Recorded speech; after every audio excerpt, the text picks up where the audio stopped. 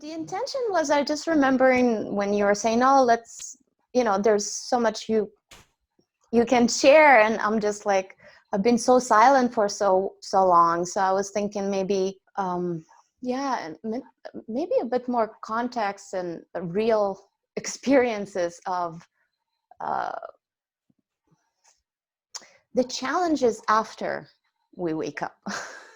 Because I've been dealing for Yeah. many years with a lot of challenges, and it's not very much written in books. So I can rarely find a book that is actually yeah, descriptive of different pitfalls and where we can be stuck in certain very, very subtle identities, because here the mind is somewhat quiet, and the energies appear very silently and drive our experience in such a way that I find I just wanted maybe to explore that, and how KI really helped me. One thing I was going to say is when you said like there's no books out there, that makes sense because a lot of the teachers will write books about or from the realization, the initial realization, and they'll Mm-hmm, write that, and then you never know what goes on after. And I mm-hmm. think part of it is like because if they write a book after, it's almost like they said, well, I have to change what I said Nobody's gonna there. do it. Right? Or like everyone's gonna, oh, I don't want that. I don't want to feel all this pain. I like, the mind is so tricky. So maybe Yeah. that I was Yeah, thinking. maybe they don't want to bring all that up, or maybe there's no place for it in their original teachings because the original teachings are just pointing to awareness and that that kind of pointing or whatever they do, whatever the book is Yeah, about. like the first, I like the first line of, I don't know, Ramana requotes it. I think it's from Shankaracharya, the world is an illusion. So most of the teaching are pointing to that. Mhm. And then, the second line goes, the Brahman alone is real, reality is the only Uh, real, the ultimate reality. And then the third one, it goes, Brahman is the world. And, yeah. and that's where things start becoming tricky, where Yeah. everything Yeah, is. it's like say more about that. Brahman is the world, like talk about that more because that's what we're talking about. Isn't like post awakening where Brahman is the Yeah. world. So you'd like to see more teachings or things, I think, talk about it. But the great thing is with KI, as you know, instead of just we can talk about it, probably there should be more books like Adya has at the end of your world. I guess you've read that. Helped me a lot. Yeah. Yeah, there's one there. But the KI that we do is like dealing with all this stuff. And what's so nice about KI is I think it's helpful for people who haven't really come to the Brahman is the ultimate reality or the presence. They haven't come to that yet, and they're using KI to help with that. But then it also helps after you recognize that, which is great. Because me and Dan were working from different angles. Like I think he was working towards just getting Dan being co-developer of the work. Mhm. Uh, for those who may be listening, I don't know if anybody's going to be listening, but he was sort of having that initial recognition of awareness. That had already happened for me, but yet KI was helpful for both of us because it just does. It goes right to where you need to look at something. You just apply it right Oh, there. So I think it's nice. oh my gosh, that's totally, I can so relate to that. And I was just working with Darby, and I know she was in our training, and the Kilvinkeris training. And I was just realizing, oh my gosh, how potent it is. So important before, and so way even more important after. Right? So it's just a beautiful tool for sure. Yeah, definitely. It's just, yeah, it just makes things so much easier to see the hiding, the very, very, very subtle hiding. Let's say the after, like for me, things are so subtle. They're just energies that show up very silently, and giving voice to these energies and really asking the right questions to unhook. That's the beauty of it. And with this formula that Dan McClintock developed, like that we kind of wrote it down together, it's also beautiful because just with the doing, let's say, the boomerang, and then meeting it with utility, and stringing it into this coding that has been, unconsciously sabotaging my experience for the past 7 years or for the past 10 years. So it's like, wow, it's just such a groundbreaking technique and tool that is so helpful. It is. Okay, think about that. I didn't actually put it together in those words, but that's what's going on with the utility inquiry, because if you believe something, the utility inquiry, you're asking, what's the payoff? Or what do I get out of that? Or I don't get anything out of that. And then comes self-protection, safety. This is how I get love. And those are connected to the deficiency stories that sabotage, because it's like, I need to feel safe because I'm unsafe. I need to get love because I'm unlovable. It points back to the deficiency story, which is that part of the ego that's sabotaging everything. So I think it's great. Yes, the utility just brings it right out for you so you can see. And it's like it was hidden, before utility inquiry, it was hidden for me too. I mean, I couldn't get under things. I couldn't see what's the utility of that? I see the belief, I see the thought. What's the utility? You start asking that question, it blows you away how repetitive the mind is around it. It's like it has like its greatest hits are like, well, I do this to stay safe, I do this to protect myself, to get love or approval, and other things, control. But it really is just, it's a limited set of utilities usually that people get. It's like they just keep reoccurring. And no wonder people, even after awakening, still see patterns arising over and over again, because that utility is hiding in there. One of the reasons is until you pull it out. Yeah, so true, so true. And like everything before or after, it's just bringing things into awareness.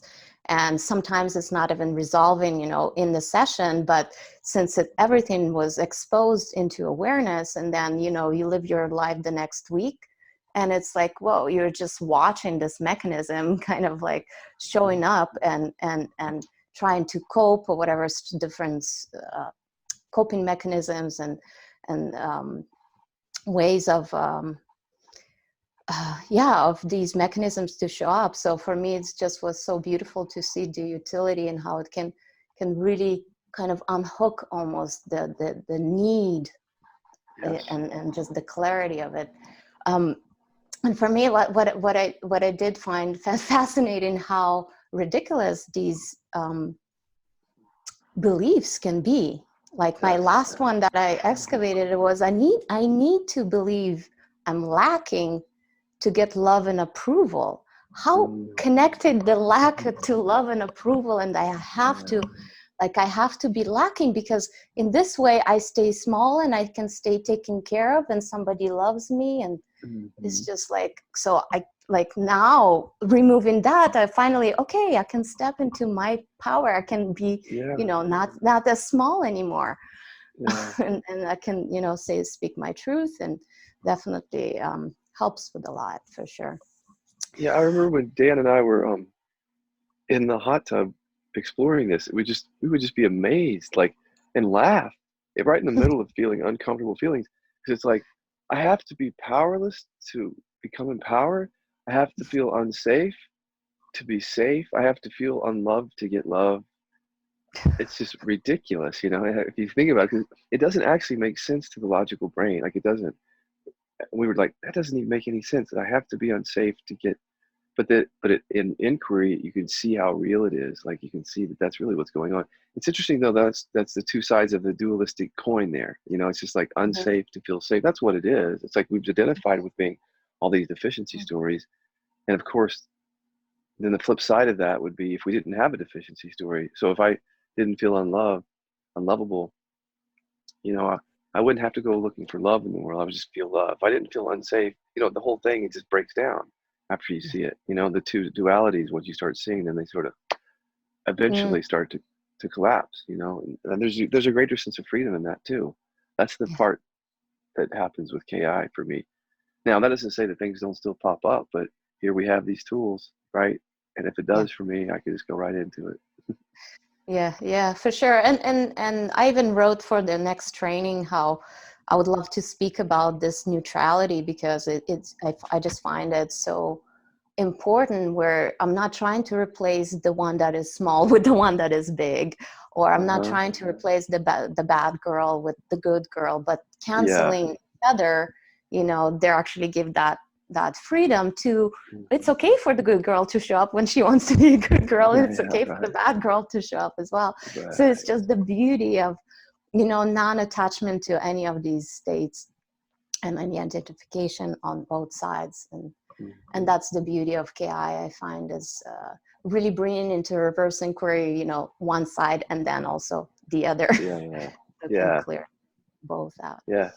Yeah, this is the first conversation that I remember having where we really illuminate the dualistic opposites in the reverse inquiry and the utility, just really spelling it out. Like people who don't know these inquiries, I don't know if anybody's ever going to watch this, but reverse Mm. inquiry is where you say, if you believe um, that you're unsafe, you just turn it around and say, I'm safe. Yeah. And that opposite pulls up the unsafe thing. And then utility does the same thing. In a way, it's like a lot of times, again, we have to feel unsafe to be safe. It's all these Mhm. opposites that are appearing in our mind. So I don't think even that Dan and I realized when we were creating that that's what was going on. I don't think we actually spelled it out like that we're really pulling out these opposites and seeing them in Mm. different ways. But it is a non-dual approach in that way. But it's a non-dual thing, but it's also, here's what I've noticed is like it's therapeutic. I hate to use Oh that my word gosh. because it's not Yeah. therapy. We're not therapists, but it's Mm. therapeutic, like for real. It's Yeah. really liberating. Very, Yeah. very, very, very therapeutic. And there is the beauty when you get skillful at ki, you you definitely passing the resistance point and really at the end uncovering that vulnerable self, and here also learning. I mean, for me it's just easy to see that the presence itself, the awareness itself, that the I amness is here to embrace that vulnerable self that is so feeling that energy of brokenness, that energy of I haven't been heard, or I haven't been understood, or I haven't been acknowledged. Yeah. And all of a sudden, from that love, that intimacy with that sensation, there's this release of emotion happens, and tears come, and Yeah. it's just it's magical all around, for me at It least. it is, and some people I know come to it, and we talk about it is like they can become triggered in the work. Like the deficiency story gets triggered, like not being acknowledged or heard, easily Hmm. gets triggered when you're working with a teacher or a facilitator who you project that onto them. Like our deficiency story. So if I'm working with you and I've got a story that I'm not being heard, and that's my story. So that's the filter through which I'm even looking at the session or at you. And so let's say you do something or that triggers that, there's a point there where we have a choice or like a crossroads. Like I can Hmm. either buy into that story right there, which could take me out of the looking, because now Alina has triggered me. She's not listening. She doesn't hear me. So I'm not working with her anymore.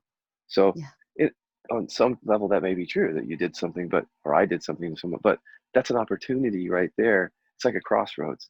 So you can either Hmm. go into that and buy into that and repeat that pattern and suffer, or you can go right into inquiry and look at that. I'm not being heard right here. And it doesn't always happen in sessions because the facilitators don't always trigger at all, but it does sometimes, when It we're working does. with It people. happened to me when I was Yeah. actually practicing, and the person, I felt like, oh my gosh, this session was so great from my side, because I was like so open. And then I received like, okay, well, can you give me feedback? And the feedback was like, whoa, I was feeling judged from the other person than the one that I was facilitating. I'm like, oh, so my thing was triggered too. Like, oh, Yeah. I thought I was open, but where did I judge? So I like started to look, and it's just this beautiful dance if we commit to that, and if we Mm, take it as an opportunity, as you're saying, and take those triggers further in and investigate deeper to unhook and deprogram. And mhm. that's the invitation is. And yeah, and the invitation, yes, it's to little by little start sitting with our discomforts. Mm. And like I see ki, I always not just ki, but self-inquiry for me was so like a magical invitation to, here you don't need to go to Peru and do an ayahuasca and sit through all your shit. Yeah, yeah. You You can just can, but yeah. you can, but here you actually, you can do it just with yourself as a self-inquiry Yeah, if you learn the tool, or yeah, you can have a facilitator who can take you there, and yeah. just like you learn how to stop avoiding this feeling, or avoiding pain, avoiding discomfort. And all of a Mhm. sudden, with this stopping avoiding, there is a great opportunity to liberate. And not just to liberate and be free on the human level of interaction and all these deficiencies that were preventing me from speaking in public and sharing my truth. And there was like, anyway, there was shame around awakening. So different things that I've seen through the inquiries. Yeah. But it's also the beauty is, I'm saying it's both feet. It's the inquiry, all liberating of all the contractions upon content and upon memory. And it's also finding in the way, finding also what else is left, right? And that's the beauty. What else is here present? And for me, this is just, yeah, irreplaceable. There's no other liberating tool that I have ever bumped into where both factors were there, the non-dual presence or awareness, and cultivating that reorientation into what am I if I'm not this and I'm not this and I'm not that, and all the things I thought myself to be. Yeah. So yeah, it also reminds me that, like, because I talk about, you know, there's teachers, and you know, you haven't come out as a teacher yet, but there are teachers who have, after their awakening, who have suffered silently and quietly and haven't told anyone about that. And I don't know why, but it's like we can open up this conversation now. The thing is with KI, let's just open this up, right? And say to all those out there, teacher or non-teacher, if you've had an awakening experience and you're oscillating or you're dealing with trauma, shame, anxiety, deficiency stories still, like, just let's come and talk about it now. We can open up the conversation. It doesn't have to be a secret anymore. That's what I think is like a new era where we just open this conversation up. Beautiful. Yeah. Thank you for that invitation. I'm like full on it, because it took me so many years in hiding, because here I'm popping out on the other side, so to say, not that I am, but you know, the awareness wakes up to itself, and here there's still this need to very, very subtle. There was this need to compare myself and what other teachers are doing and how are they sharing that. And it was very subtle, and that kind of this still very subtle and quiet comparison was completely, well, I don't have the language that they have. I'm not so versed as they are. My English is not my language. And all these ideas, and of course they arise within presence and they're met with, you know, but they immobilized me for so many years. For so many years. And it was just, yes, they are met with presence, but what I'm understanding right now with KI, if they're not unhooked from the subconscious and just being present to them, some things, of course, fall off right away. There's the whole structure mechanism, you know, of judgment, and a lot of things just kind of fall off. But at the same time, I just found that there's still so many psychological things that are, especially the ones that are very somatically stored. Here, the mind was quiet, and here was more like let's say the realization was descending and kind of meeting everything in this area. And for me, I was not a thinking person much. So for me, with the mind, it was very easy to deal, and just through meditation and finding a certain hacking ways of, you know, how to just cross into being. So that part was easy for me. But the part where I started to deal, because I was more of an emotional, like an empathic, so to say, personality. And when it was started to descend in this realm, I was like, wow, quite overwhelmed, like with how much stuff was here, and how much from one side there was this realization and seeing and meeting everything within that space of awareness, of not judging it, you know. But for 7 years, I basically uncovered a trauma that I haven't known about.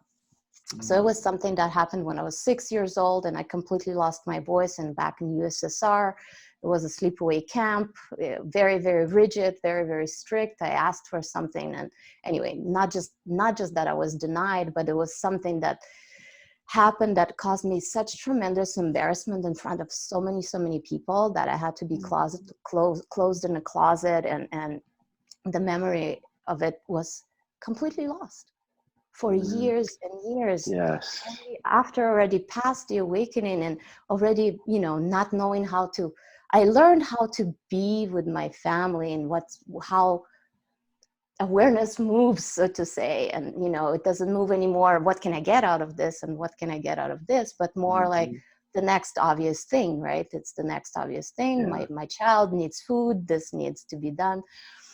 Oh. But still there was this trauma that came up, and I asked, you know, I asked life, because here I was presenting, it was a permaculture course where I had to present something in front of others.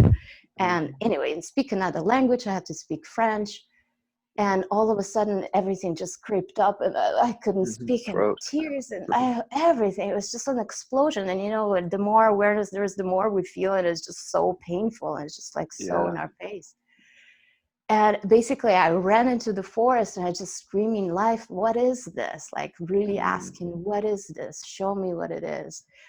And all I've heard, there was nothing coming yet. All I've heard, it was just the tears that was coming out is a 6-year-old girl. It was not an old woman, as to 36-year-old or whatever, 34 back in the day. It was not an older woman that was crying. It was a 6-year-old girl that was crying. And all of a sudden, all the images started to come from that incident. Yeah. And like, thank God, you know, the revelation was there, like, you know, its own self-inquiry, so to say, but not knowing, not having the tool yet. For 7 years, I spent, not 7, less, but I spent some years of re-identifying with that story. It was so impactful to discover it that I was like, wow, you know, and I'm working on this problem. I still have this issue, you know, so I was constantly repeating this victim story that, you know, this is who, you know, this is what happened to me. And every time I would see someone, and she's like, why don't you share what you hear, like your realization and your discovery? No, I'm still working, you know, I'm working on this. Yeah, right. So it was this kind of being stuck on working on this victim story that all of a sudden that was present and that was seen, but I didn't know how to deal with it. Right. And that's basically, that's when inquiries eventually came in, and a more skillful way of asking a certain question. And for me, it actually, the inquiries almost came later. It was so overblown in my experience. It was almost choking me. That story that I blew up, like that deficiency story that became a new identity.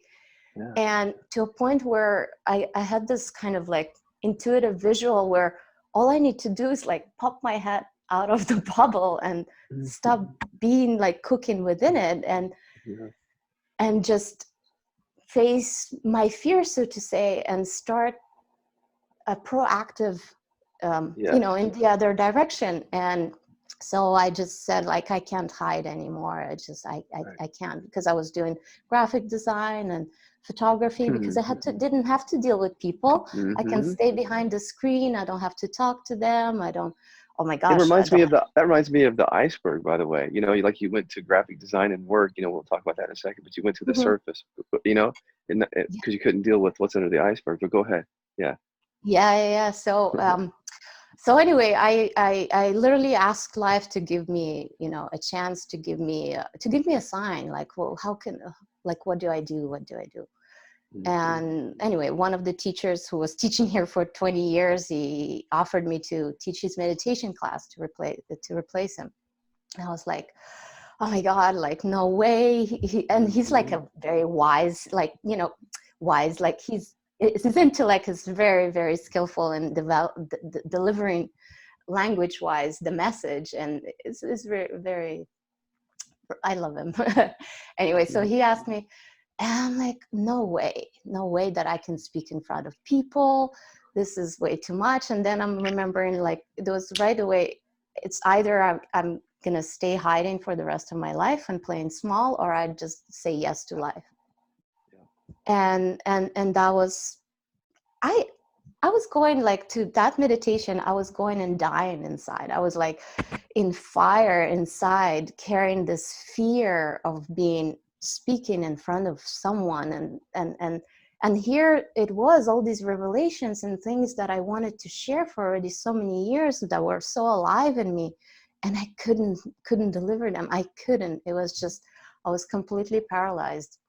And thank God, you know, I developed a technique where I was teaching the people that were coming, I was teaching them this pranayama breathing technique, and it's a very calming on the nervous system. It's called Ujjayi Pranayama, and we would just do like a good 5 minutes of this breathing technique and then meditation. And then from there, I was like, okay, I'm in my calm state without any deficiency stories or like this nervousness. And what I'm discovering right now, it was just not even just a nervousness or a deficiency story. It was a concrete PTSD, like of childhood. It was even till now, every time in video, there's a whole energy of fear, almost like struggling. But I learned how to just be with the sensations without them overwhelming or sabotaging my way of moving forward. And the people, it's interesting enough, people that were starting to come to me, it was people that were looking for this resolved for their traumas and their deficiency stories. And because they were hearing my story, because I was sharing it, it was, I was asking for a tool. And the tool, again, from life, I was asking life. So the tool from life came at that time, 2 years ago, Living Inquiries. And that was one, like, oh my gosh, nobody talks about this from all the awakened community, where, you know, we have to go through so much. We have to be so committed to really empty everything. We have to be so committed. And I'm grateful that I didn't have that power that some teachers have right away, so much power of coming into the crowds and teaching. And I can see how the power can so corrupt and just kind of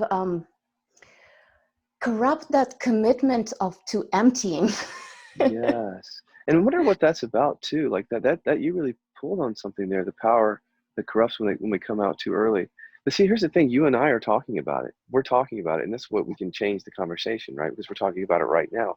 And everything you said was beautiful. I mean, and it's my story. What you just told was my story, but with different circumstances. Because my thing was being bullied. Before I was bullied in 6th grade, I was a like happy kid, just loved people and loved life.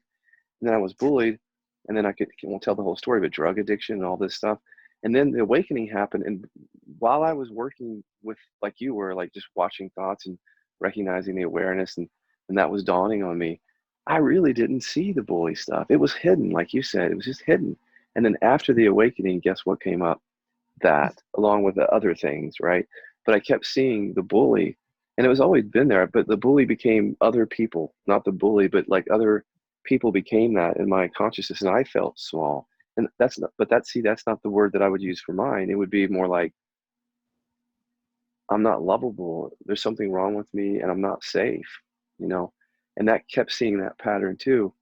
And so many times in inquiry, it starts out as something that I'm looking at now, and then it goes right back to the bully, right back to all the bullies right there doing that for me. And it's perfect, because that's showing me what I have to look at. And the other thing I want to, and that's, so it's reoccurring, but the other thing is, like, when you talked about the throat not being able to express, I haven't said this publicly too much. I've talked about how I've sat with contractions and mined them out, but there was a time my throat was so blocked. After the awakening, it was so blocked, and I knew that it was part of the unfolding, that I had to look at this. But I spent hours, literally sitting with that and mining and asking questions, and just slowly the thing would dissolve, and it would come back and slowly dissolve until it eventually went away. You know, it did go away, but it took hours. And I don't think that's a really popular thing to say, you know, because in the non-dual world, it's like, you're already this, you're already, you know what I mean? But, and so to say, well, then after that, I spent hours working on the contraction. It's like, well, I don't want to, people would say, I don't want to do that. But, you know, it's not, we don't want to paint the picture of the post-awakening as awful, because look at the rich opportunities we Oh have. my I mean, gosh. rich, yeah, Yeah. right? Nothing will compare. Yeah, Like, yeah. oh, Mhm. it's a blessing. It's a gift. It's like beyond anything I can express, and Yeah. definitely would recommend that. And that's the whole motivation for you and for me. There's just the motivation is, hey, you know, it's not as bad as Yeah. you take it to be. It's just it's just a, you know, it's light, it's changing, it's not real in concrete terms, but you know, what is real is untouched. So what you are is untouched, what you are cannot die. And that discovery, and that's the beauty, I think, of this, is only when we not scared of death anymore in a real sense, Hmm. then we're not afraid of living as well. There's that invitation Yeah. as well. So I think KI as well is a good invitation for people who are not necessarily pursue awakening, but it's this die before you die. And in that dying, you start, you know, discovering this vibrancy to want to live and Yeah. fully. Fully, which means deal with all your stuff too, right? That's Yeah. part of this. Deal with all your stuff. And so I was going to say something is what gave me confidence in this area to talk about post awakening is that even though the teachers were still talking about the initial realization and pointing to it, the actual people that were going to those teachings were dealing with the post awakening stuff, the trauma, the shame, the deficiency stories. Even though the teachers weren't talking about the post awakening, they were dealing with it. And I was working with a lot of them one on one. So it gave Wow. me confidence to talk about this because this is really what's going on for people. You know, Mm. it's not that, and I think we can put to rest the myth that you have an awakening experience and you're just abiding in awareness and you never experience any kind of stuff like to deal with. And I think we can put that to rest because now that I've worked with so many people all over the world, I know better. See, I know that that's not really what's going on for most people. Now there may be somebody out there that just has this awakening experience and Yeah. never, but I just haven't I really wonder met if them. like maybe Ramana, but he was silent for so many years that he didn't have to deal with relationship and people. There you go, right? Right. Or those that lived in a cave or a monastery. But here we are living in relationship, which is the beautiful thing about KI, as you know, because we work within relationship because that's where the triggers are. And to me, that's the richness of this. Like, because if I could just sit here in my RV and never interact with anyone, with my dogs who are very Zen-like, well, yeah, that's Yeah. pretty easy. Right? But if I start engaging and now I have a relationship, I'm married, perfect, because that gets to show me it's like a mirror of anything that I'm not seeing, and then connecting with all these other people in relationship, different business and personal relationships. It's all grist for the mill, and it's just rich. It's very rich when you go into that of relationship stuff, as you know. Yeah. Yeah, and that's the yumminess, I think, of deepening on all levels. For me, it's that's the invitation. And even here, talking about relationship, the last thing that I discovered in your session when we were in training, and I haven't even seen that, and there was a shame around awakening that I have that Mm, also was preventing me, especially yeah. when I was in a dynamic of a family. It was preventing me of, so to say, stepping into my power, so to say. Well, it's a little bit grandiose, but because there was that unlovable was showing up. But what if I'm already, you know, a strong partner between both of us, you know, the decision making, so to say. But at the same time, if I step in even into that, uh, I'm going to challenge somebody else's reality Mhm. and somebody else's comfort zone. And it was beautiful to actually see right now, because I was reflecting, and yesterday I was seeing we were 1 year apart, 1 year living apart 2 years ago, out of our 10, 11 years together. And like it actually almost had to stop because I felt like I can't grow, we're just limiting each other. And it was a Mhm. beautiful, needed period.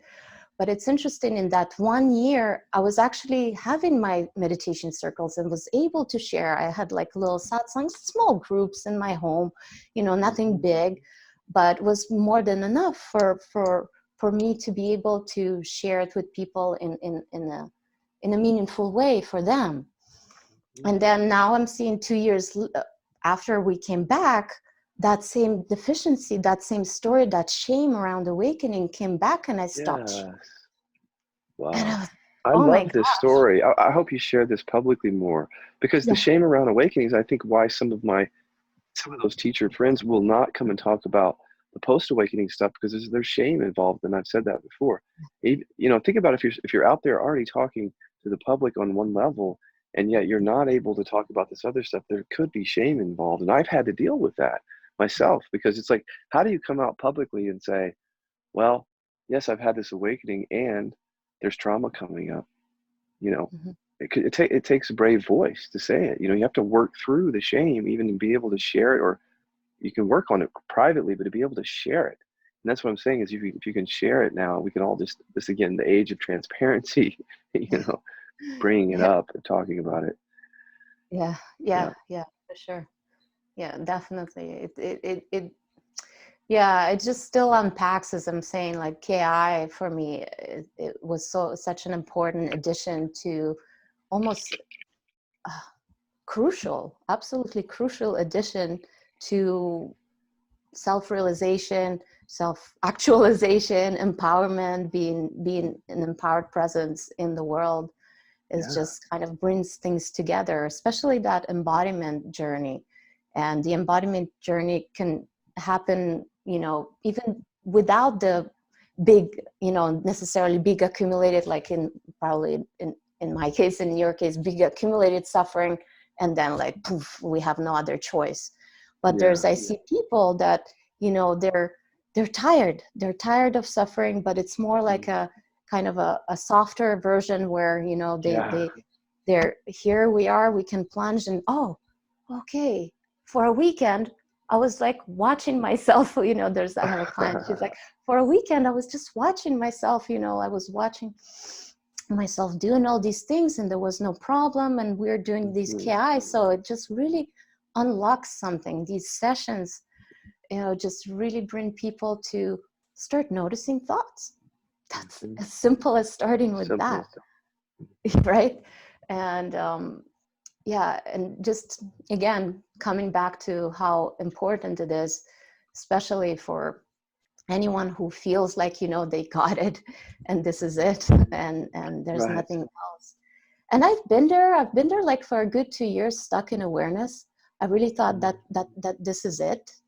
And it was a great liberation Yeah. No, it's good. Yeah, I know. from the suffering me, so to say. But at the same time, it became so dry and so one-sided, so to say. Yeah, and There was it's not very piece of dynamic or life. vibrant. Yeah, Yeah, just not very dynamic or vibrant. It's just dry awareness. So many yeah. people talk about that. Yeah. And so tell me about your journey through that. Like how, because people will ask me that. They'll say, okay, I'm stuck in awareness. They'll email me and I'll say, well, it's better just to get into a session because I don't know why that's happening for you. And sometimes Mm-hmm. it's like, well, with one guy I worked with, it was like, it was a he stayed stuck in that, but from an ego standpoint is because there was shame there that he hadn't connected with, and once he started to connect with it, more embodied, more vibrant, and then also just lacked fear of intimacy. Like he would see his kids or his wife, but he didn't feel connected to them. He felt like Mm-hmm. he's just awareness right here. So that was Yeah. his way in to embodiment, into coming alive. And so how was it for you exactly when you were stuck in awareness? What were the first ways that you kicked out of that and into? Yeah, for me, I was definitely kind of living with the question, but living with the question didn't really help.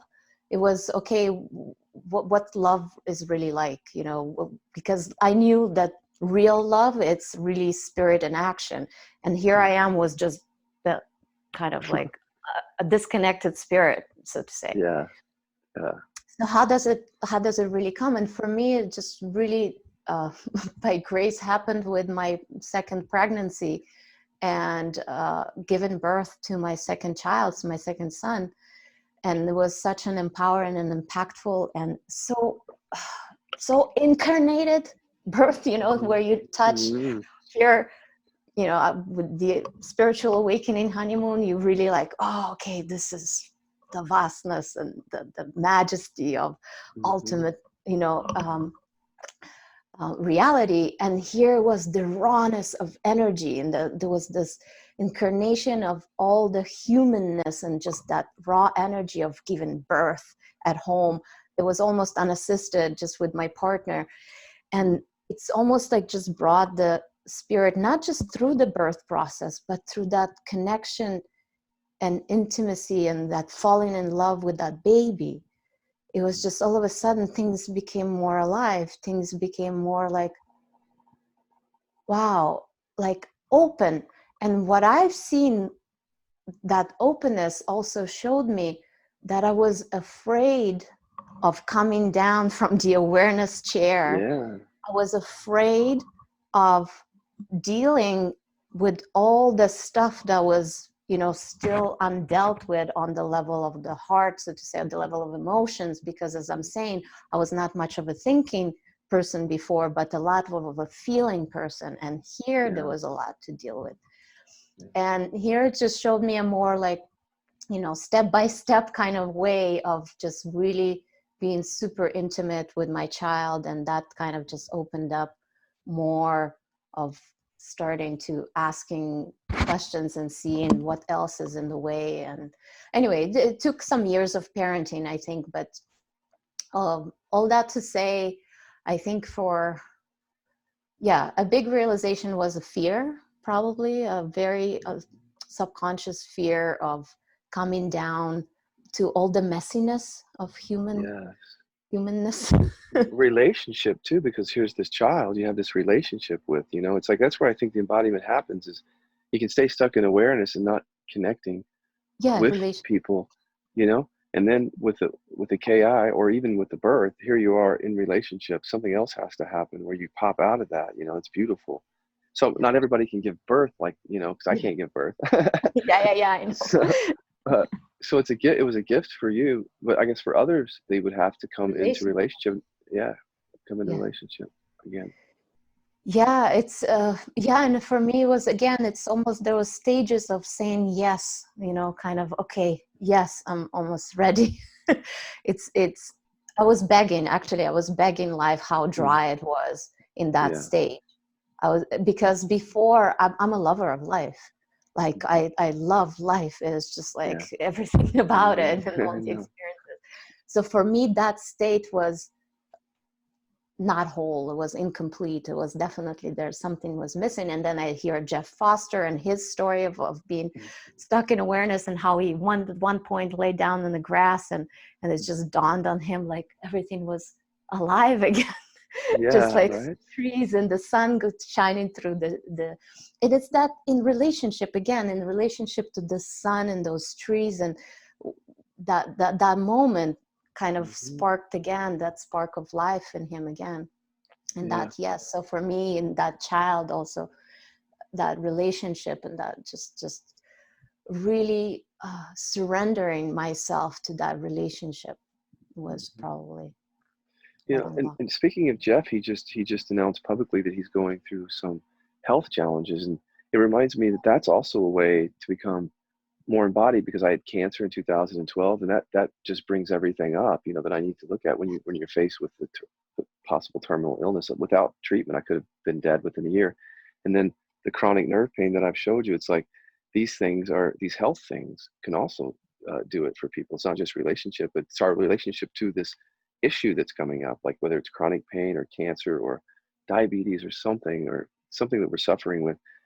And he's been so eloquent through the years of talking about meeting all this stuff, you know. And I'm wondering that he's probably meeting it right now in the way that I've had to meet these health challenges. And I'm hoping that he comes out of that and talks about it, how that probably opened something else up, because it certainly did for me.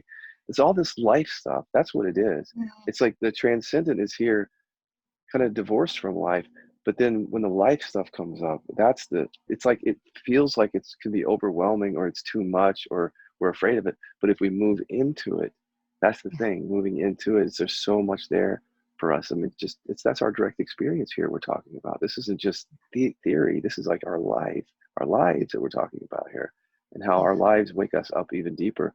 And it's really hard to talk about, because it's almost easier just to talk about pointing to awareness, You know, that's easy to talk about that because you could, there's ways of talking about that, but this stuff is very dynamic and very specific. It's like birth. That's a very specific experience, or having chronic nerve pain, or what Jeff is going through is a very specific thing that you have to deal with. And there's something about that that really wakes us up. Yeah. That strikes me that you're pointing out to pain, because the birth experience itself is so intense and powerful. I've kind of learned not to call it pain, because I had to kind of deprogram myself, uncondition myself from how the society views birth, so I can really surrender to it. And it was removing the condition on fear, but at the same time, that intensity, and I guess dealing with that pain, and as well, it doesn't stop with having a little child. There's so many challenges all of a sudden you have to deal with, as you're going through your challenges, going through these illnesses, and just the challenge of the partner all of a sudden who was getting 24/7 your attention, and here 100% of your attention is switched to that, so all his deficiency stories.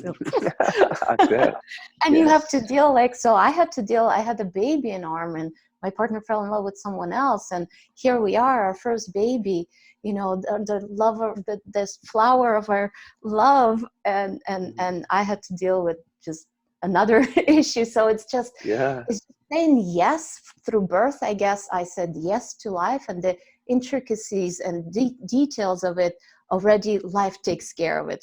What you need in that soup to release anything else that is still hiding. Yeah, so it's beautiful, courageous at some point, but so rewarding, just all these. Yes. Because when you do come down into the body, as you start to deal with the body, your body starts to feel different. And that's the thing I want to say to people. It's like, it's very painful, some of this stuff for sure. But as you work through it, I don't know if you experience it, there's something about the body, the energetic aspect of our experience that comes alive and becomes vibrant. You know what I mean? And it's not dry anymore. And that's what we're talking about. The dryness is when we're not there, we can't deal with it, and we're just like back here. And when coming into it, there's something, it's so hard to explain, but it's dynamic. It's very dynamic there on the body embodiment level. And it's different than the awakening to, I'm just this, transcendent thing. It's very different. It's not as easy to talk about. It's you can't package it and just say, well, here are the steps to it. 1, 2, 3, and you do that, and then you're embodied. It's like very specific to your life. It's like what's coming up in your life right now. Now you've recognized this awareness, or you're looking from awareness, but now what's coming up specifically in your life, because that's the place to go, like the birth, or the husband who's fallen in love with somebody else, or the cancer, or the whatever it is, or the new relationship, whatever. Oh my gosh, yeah, beautiful. And I was just actually, one of the questions I wanted to sit with is really moving from the head and into the body, and that's the realization where life is the realization coming down into the level of the embodiment and the level of the human interactions. Yes, that's it. And as you're saying, it's so alive, and I haven't talked much about it because I feel that there's a little bit of that, maybe not even I guess it's still packaged in that shame. I was speaking about it with Dan, and I'm noticing right now, I was sitting with the question, what does it really mean for me to live from the heart? And all of a sudden, it actually means that I don't have to be like they are and how they're teaching it and how their way of, because I was trying to be this non-dual teacher, because that's how everyone's doing it. And for me, it lately shows up, this aliveness in the body. It shows up as, wow, there's a certain, actually you activated it by asking me, well, if you're asking me for direct pointing and what my ways of direct pointing, how did you come to it last time we talked? And I'm like, oh, okay, how did I come to it? And I came to it through a yogic practices. Yeah. And for me, what is becoming alive right now, I don't necessarily have to be the non-dual message. I can actually take the message of these very, very potent yogic hacks that I did only for 3 years, and it worked. I really Yeah. put all my energy and all my effort into it, and it worked. I'm not saying it's going to work for everyone, but someone who's very tired and who hears, has the ears to hear and wants to try it out, I feel Yeah. like, yeah, this is what, just living in the body again comes. It's like there's so many things that starts to reveal themselves from the neck down. Yes. Yeah. It reminds me of when I was doing sessions in the beginning, because in the beginning I was doing just the strictly non-dual pointing. I did lots of videos and books on that. But when I started to do sessions, and then I started to get into my own embodiment process, what I found out is that, wow, everyone else is dealing with this too. And like in that, how rich it is in a session. Like it can be so personal and so intimate and vulnerable. Like people are just putting things right on the table there. And when you have all those sessions where you see the richness of that, you like, then I was able to kind of let go. So I can still do the non-dual pointing, but I could be my own expression in the world and now talk about this other thing, inquiry, embodiment, and Mhm. love and connection and deficiency stories and shame and addiction in my own way. That's my voice. And I think that's great that you're finding your own voice. And there's no one cookie cutter way of doing this for sure. No. and and that's the beauty again of self-inquiry, because again, sitting with that question, what does it really mean for me to live from my heart at this point, because things are changing as well, but at this point it was really realize and see that life asks me, like, other people, because kind of life operates this way, other people is asking me, is there something you could recommend? What kind of meditation did you use? What kind of tool Mm-hmm. did you use? And I'm like, oh, okay, I'm just gonna form, these 108 um, tips on, this is the formula I used. It helped. Mm-hmm. But yeah, and it's very much in the dual realm where, Yeah, right. right? It's Yeah, somehow, yeah, all these ideas that how we should be after awakening is just like so limiting, it and is. It it, is. yeah, I'm just It discovering it. reminds me also, just I have to go soon because I have a session, but it Yeah. reminds me of a story when I had a no holds barred room. Okay, no holds barred room was mean on Facebook, people wanted to go into a room and just be really honest because they couldn't, they felt like they had to, in public on Facebook, they had to sort of conform to this is what awakening person acts like. And so we went, we created this room where we just broke down all of those barriers and people just like, this is what's really going on, right? And I noticed it was really rich conversations, people were being very honest. And then there were still people coming in that were kind of saying, well, all there is oneness. There is no self. And they were hiding behind that. And everybody was kind of like picking at him a little bit. But what's underneath that? Like what, but that's true. But do you love yourself? And some of them would say, I know one guy said, after saying all there is oneness, someone asked him, well, okay, how are you doing? He said, well, I'm suicidal. It's like, well, okay, can we talk about that? Yeah, Because we yeah. don't have we Can don't we have to be hide real? about we don't have to hide behind that whole thing. Yeah, yeah. The beauty of committing to reality is committing all the way. I don't know. It's just what's Yeah, been showing up, and that's why you're in my life as well, and your teachings. yeah, Definitely really grateful for that, and I do see working with others, just sharing KI and how helpful it is, and I see so much opportunity right now in the yeah. community. There's so many opportunities working with children. Mm. I really, really, really want to bring to teenagers, because here instead of them really going and self-medicating themselves and really, really Yeah. suffering, and now with all this technology, there's so many suicidals, and there's so Oh much yeah. going on, so much Depression, pressure. anxiety. Yeah. Yeah. Yeah. My So my partner who's 24 says that it's actually just the norm for teenagers and early 20s people to think of themselves as depressed or anxious or traumatized. It's just their culture now, their language. It's just that's everybody is. He says everybody talks about it, or most people talk about it. And like, where's that coming from? We need to go rewind back to yeah, where all this is developing in childhood and help these children, you yeah, know. So it's great that you're doing that or you're interested in that. And I really yeah, yeah, support all that in KI, yeah. anybody who's doing that. There's others, yeah, as well. I'm so happy to discover that the tribe, because everyone brings their flavor to the community, and we can all find different branches that we can bring this to the world, which is lovely. Thank you so much. Well, thank you. Yeah. This has been great, actually. Thank you. Yeah. Yeah. Yeah. I wish you. Oh, look at that cutie sleeping behind you. Oh yeah, they're my teachers, aren't Oh, they? They love each other. oh. Well, they don't always love each other, but they do when Yeah. they're sleeping. When they're sleeping. All right. Well, you have a All right, beautiful awesome. day. Yeah, thanks for